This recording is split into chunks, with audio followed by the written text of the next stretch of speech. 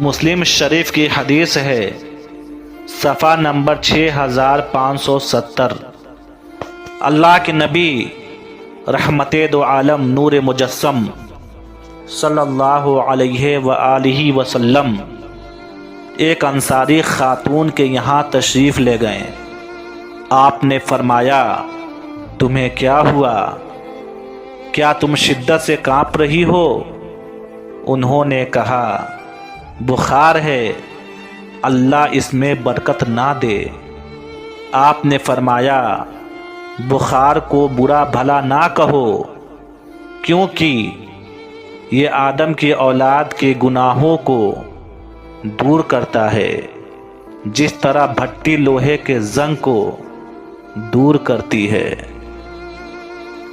اللہ کے نبی رحمت دو عالم صلی اللہ علیہ وآلہ وسلم نے ارشاد فرمایا، جب آپ کے والدین کی موت ہو جائے تو ان کی قبر کے قریب بیٹھ کر اللہ کا ذکر اتنی دیر تک کرو کہ جتنی دیر تک اونٹ ذبح کر کے تقسیم کیا جاتا ہے، کیونکہ جب دفن کیا جاتا ہے تو میت اس طرح پریشان ہو جاتی ہے جس طرح ایک بندہ سمندر کی لہروں میں ڈوب کے مر رہا ہو۔ جب ذکر ہو رہا ہو تو میت پریشان نہیں ہوتی، بلکہ میت بہت خوش ہوتی ہے کہ میری اولاد نے میرا حق ادا کر دیا۔ حضرت علی رضی اللہ تعالی عنہ نے فرمایا، تمہارے منہ سے نکلی ہوئی ایک گالی چاہے مذاق میں ہو یا غصہ میں، تمہاری قبر میں ایک ایسا بچھو پیدا کرتی ہے جس کے ایک بار ڈسنے سے انسان 70 ہاتھ زمین میں دھس جاتا ہے۔ حضرت علی رضی اللہ تعالی عنہ کا قول ہے، صرف رب سے مانگو، کیونکہ خدا تم کو جو کچھ عطا کرے گا عزت سے عطا کرے گا، اور اگر روک لے گا تو اس سے بہترین عطا کرے گا۔ انسان کے جسم کا سب سے خوبصورت حصہ دل ہے، اور یہی صاف نہ ہو تو چمکتا چہرہ کس کام کا۔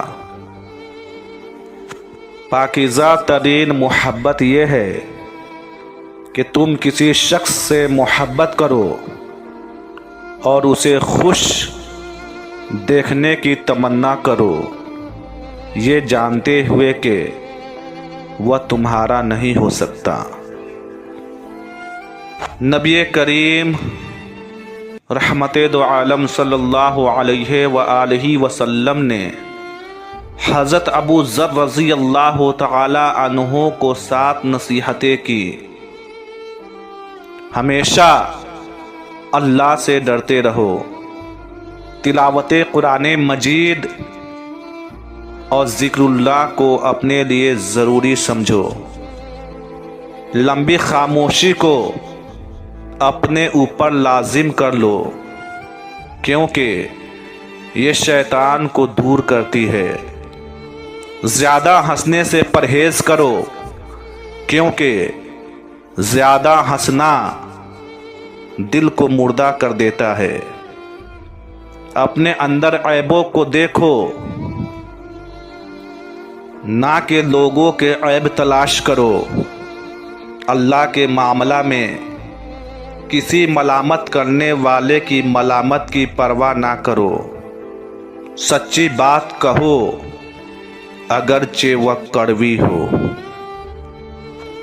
شکر کیا کریں، پہاڑوں جتنے ہمارے گناہ ہیں، لیکن پھر بھی ہمارے گناہ پردے میں ہے، اور رب نے ہمارے عیب اپنے محبوب رحمت دو عالم صلی اللہ علیہ وآلہ وسلم کے صدقے میں ڈھانپ رکھا ہے۔ ہمیں کیا کچھ نہیں ملا، ہمیں جو کچھ بھی ملا ہے